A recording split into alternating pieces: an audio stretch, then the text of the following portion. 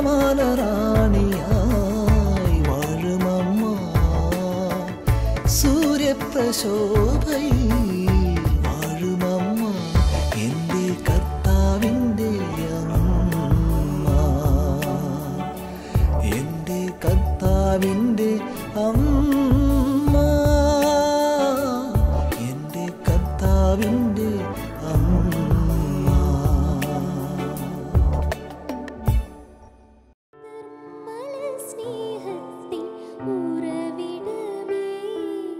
പരിശുദ്ധ ജപമാല രാജ്ഞി പാടുന്നു നിന്നാമം പാരിതിൽ ഞങ്ങൾ നന്മ സ്വരൂപിണി കന്യാമേരി നന്മ സ്വരൂപിണി കന്യാമേരി.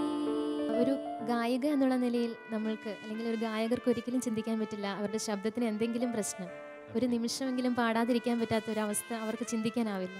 അപ്പോൾ അങ്ങനെ ഒരു അനുഭവം എനിക്കും ഉണ്ടായി. വോയിസ് നോഡുകൾ വന്നിട്ട് ഒരു വർഷത്തോളം ഈ സംസാരിക്കാൻ പോലും ആവാത്തൊരവസ്ഥ ഉണ്ടായി. അപ്പോൾ നമ്മളെല്ലാ ദൈവങ്ങളെയും മുന്നിൽ കാണുന്നൊരവസ്ഥ ഉണ്ടായി. ഞാൻ ഒരു ഹിന്ദു മതത്തിൽ വിശ്വസിക്കുന്ന ആളാണ്. ഞാൻ അൽഫോൺസ കോളേജിൽ പഠിക്കുന്ന സമയത്താണ് അങ്ങനെ ഒരു അനുഭവം ഉണ്ടായത്. അപ്പോൾ ഞാൻ കൂട്ടുകാരുമൊത്ത് ചാപ്പലിൽ പോയി ജപമാല എടുക്കുകയും ജപമാല ജപിക്കുകയും അങ്ങനെ എൻ്റെ കൂട്ടുകാർ പറഞ്ഞു നമുക്ക് പ്രാർത്ഥിക്കാം, പ്രാർത്ഥനയിലൂടെ നമുക്ക് സാധിക്കാത്ത കാര്യങ്ങളൊന്നുമില്ല. അങ്ങനെ ഞാൻ പ്രാർത്ഥിച്ചു.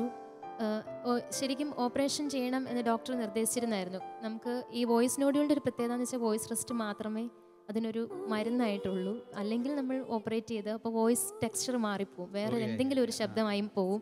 പഴയ ആ ഒരു ശബ്ദം അതേ രൂപത്തിൽ തിരിച്ചു കിട്ടണമെന്നില്ല. അങ്ങനെ ഒരു സാധ്യതയുണ്ടെന്ന് പറഞ്ഞു. അപ്പോൾ അങ്ങനെയും കൂടെ നമുക്ക് ഒരു കേട്ടപ്പോൾ എനിക്ക് ശരിക്കും അങ്ങനെ എനിക്ക് പാടാതെ ജീവിക്കാനാവില്ല, അങ്ങനെ ഒരു വ്യക്തിയാണ്.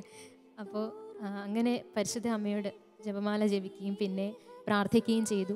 അപ്പോൾ ഒരു 3 മാസം കംപ്ലീറ്റ് വോയിസ് റെസ്റ്റ് എടുത്തു. അങ്ങനെ എനിക്ക് എൻ്റെ ശബ്ദം തിരിച്ചു കിട്ടി. അപ്പോൾ എനിക്ക് ദൈവത്തിൻ്റെ അനുഗ്രഹത്താൽ പാടാൻ സാധിക്കുന്നു.